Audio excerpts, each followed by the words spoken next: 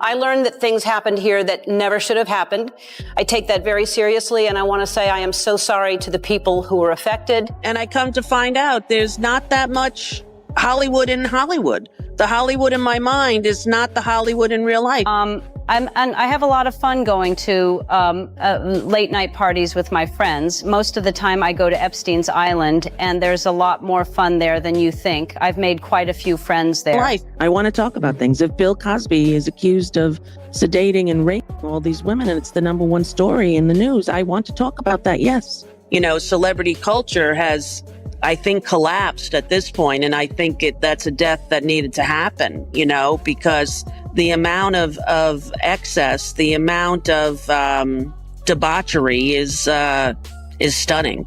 One makeup artist was quoted as saying that when he tried to make small talk with Ellen, she supposedly said, "Who do you think you are? Don't look at me." For decades, Ellen DeGeneres built a massive career around a carefully crafted public image centered on positivity and kindness, becoming one of the most influential figures in daytime television. But as her show ended and she stepped away from the spotlight, some observers began questioning the reasons behind her quieter lifestyle and reported time spent abroad. While certain online narratives have tried to frame this shift as something more dramatic, suggesting hidden motives or sudden departures, there is no verified evidence supporting claims that she fled or abandoned her career due to any secret revelations, and much of that storyline remains. Both of them are ridiculous. Who thinks that antiquated way that you're going to find your love in a paradise island and it's going to last forever? The timing of her transition away from daily television has also been linked by some online communities to ongoing public interest in documents related to Jeffrey Epstein. But while those records have drawn attention to powerful networks and associations, claims specifically placing Ellen in wrongdoing or suggesting direct involvement remain unproven and are not supported by credible reporting. Many of the narratives circulating online rely on interpretations of association. Ellen DeGeneres is named in the Epstein documents, and that part is real. Her name appears in the broader index of over 300 high-profile individuals that show up across the investigative materials. Flight logs, communications, third-party interviews, peripheral records. One of the more persistent online theories involves comparisons between the set design of the Ellen DeGeneres show and imagery associated with Epstein-related locations, with some users claiming visual similarities as proof of a deeper connection. But these claims are based on subjective interpretation rather than factual links. And no credible investigation has supported the idea that such design choices carry hidden meaning. While figures like Rosie O'Donnell have occasionally commented on Ellen in public discussions, broader claims about secret knowledge. The internet is looking for Ellen DeGeneres, but I'm gonna tell you right now, she probably done left the damn country because she knows she's on that damn Epstein list. As Ellen DeGeneres page, former TV show host, her whole page is flooded with comments saying she eats this and she loves pizza parties. The harassment that she is getting on her page is beyond, and people is looking for her to be arrested and get arrested. But I'm gonna tell you right now, a lot of these celebs are fleeing. A lot of these celebs are disappearing because the time has come where everything is getting ready to expose, and they have been used as pawns and puppets. Satan has no use of them. He used them to do their dirty work, to do his dirty work, and now he has no use of them, and he doesn't care what happened to them. This is bad. I don't wish no bad upon no celebs or anybody. Best thing they could do is pray. They have been played and used, and their time has come. It's fallen. One of the clips that has recently resurfaced involves an interview between Ellen DeGeneres and Sandra Bullock, where they jokingly discussed a skincare ingredient known as EGF, or epidermal growth factor, referencing its controversial origins, in a light, comedic tone that audiences at the time perceived as just another unusual Hollywood trend. However, as the clip has circulated again online, some viewers have begun interpreting it differently, reading deeper meaning into what was originally presented. Show them the image of the temple that was on the island. Look at it. Oh, well, you know where that is too, right? It's a similar image to that, right? No. I know Jamie does. What is it? It's on the set of a famous talk show. that's now not on anymore. Oh, Ellen? Was that Ellen? Yeah. Really? At the same time, changes in Ellen DeGeneres' public image and appearance have sparked additional speculation, especially as she has stepped back from television and spent more time living quietly abroad with Portia de Rossi, leading some to frame her lifestyle shift as a dramatic transformation, while others view it more simply as a personal choice after years in the spotlight.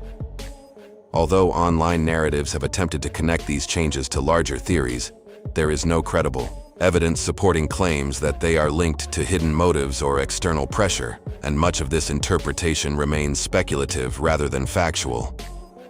Okay, let's talk about this facial that you're obsessed with. How many, did you get the whole cast of Ocean's 8 to do Not this? everybody. Okay, and, good, smart ones. Just those that I thought would appreciate it. Okay, explain what it is. Well, it's this way in which one forces through microneedling. It's like a little roller with these, some of you, I think many of you know it, and it pushes through the skin and ruptures the collagen and then boosts it. You look like a burn victim for a day, but then it pushes the What are you pushing into the skin, Sandra? Perry? What are you pushing into the skin? Well, you push in whatever the facialist would like to insert into your pores. But what is it? It is an extraction from a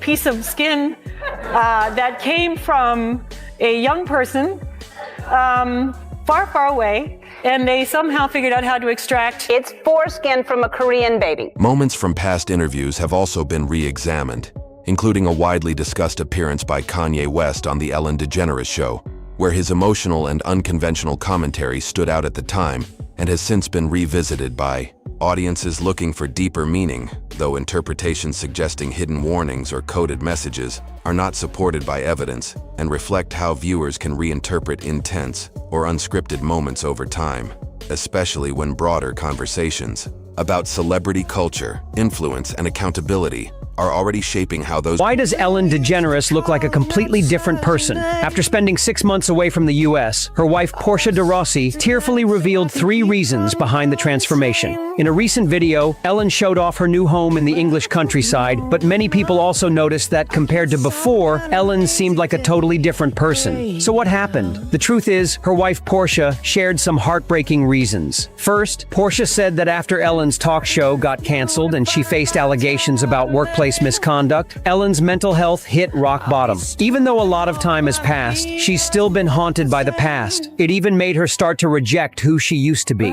Second, Ellen ditched her signature blonde hair and went with her natural dark brown shade instead. She said in an interview that constant coloring had damaged her hair, even causing some hair loss. To get her hair back to a healthy state, she decided to embrace her natural color.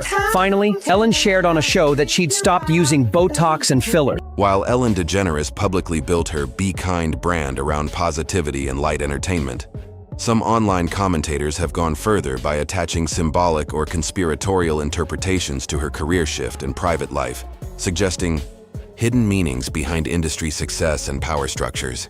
However, these claims are not supported by credible evidence and largely come from unverified theories that reinterpret public imagery, set design, and unrelated narratives as part of a larger hidden system, which reflects how easily speculation can grow when audiences try to connect disconnected ideas into a single storyline without factual grounding. I get how much you sold if you playing on radio. Are you connecting? Picasso is dead. Steve Jobs is dead. Walt Disney is dead. Name somebody living that you can name in the same breath as them. Don't tell me about being likable. We got 100 years here. We're one race, the human race, one civilization.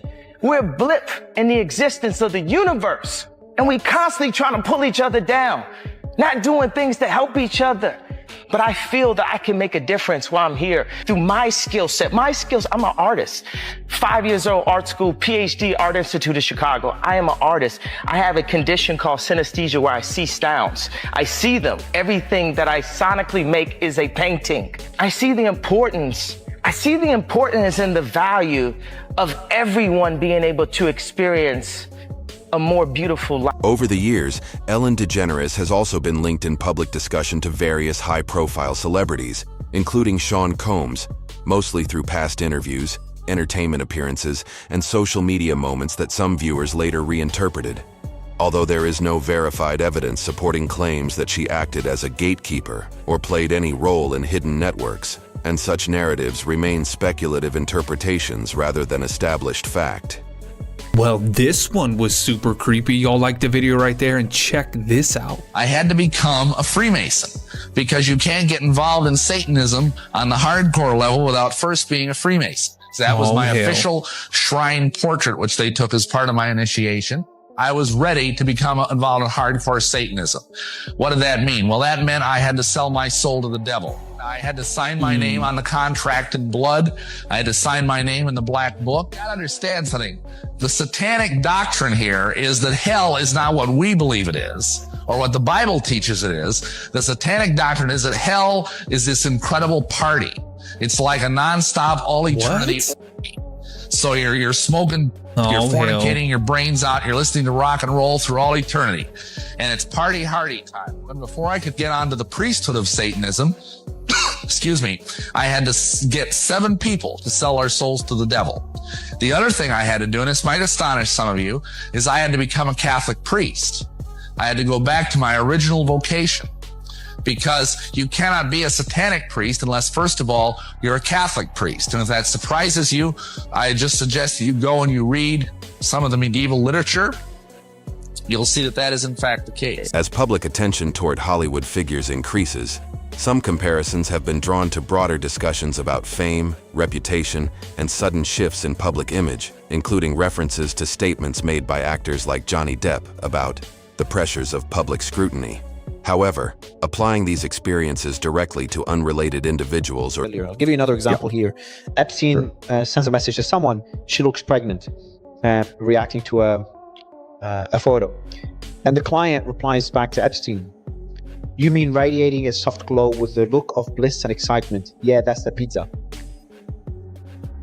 I cannot be clearer than this, that this is a code word. It makes no sense in that context whatsoever. And this, on top of the example I gave you earlier, when his virologist gave him the medicine for having an erection, erectile dysfunction, I assume, or it could be even Viagra, and then told him to wash his hands, go have pizza and grape soda. As been mentioned time and time again, having adult men, successful men that are very health oriented, constantly talk about pizza with grape soda, which I've never heard before. Yeah, I've never heard of pizza and grape soda before this. I don't know if that specific combination was part of the whole Pizzagate thing, but it's definitely mentioned a lot because I saw that phrase, so I looked it up and was like, is this actually like in there multiple times? And it most definitely is. There's another one here. Have you seen the beef jerky mentioned as well? There's an email here from Jeffrey Epstein, someone else. Says, Francis has time to come tomorrow to show me how to make it. Jerky, anyone? He will also bring you a taste of his jerky recipe from the restaurant and sends a warm hello. He's working at a restaurant called Coop's. Wait for it, beef jerky and steak. Yes, time at 3 p.m. There's other emails of him talking about beef jerky. Another one here Jeffrey Epstein sending it to Steve Hansen saying, hope you're feeling better. Did we analyze the beef? Did we analyze the jerky? Now there's talks about jerky, referencing human meat. It could be for scientific research. It could be something else that's even sicker. But there's more emails here talking about beef jerky. Have you had time to go through those? There's one here. Thank you so much. Super cool. IT guy setting up Surface right now. We are ridiculously excited, and beef jerky delicious. Thank you. Thanksgiving. So yeah. It is very. Now I've got all those emails saved. I'd actually had somebody send to me all of those to say, hey, would you check this out? So I have them. I have not read through all of them, but there's no shortage of terms that are phrased in a peculiar way. Muffin is another one. I've seen that a couple of times. I talked about when he says whoops. That seems to be in very.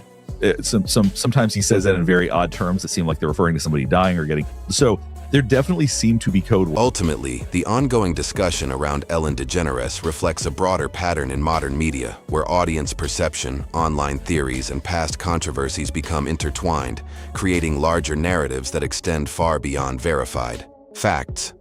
While public interest in accountability and transparency within entertainment continues to grow, it is important to distinguish confirmed reporting from speculation, as many viral claims remain unproven even when they gain significant attention online.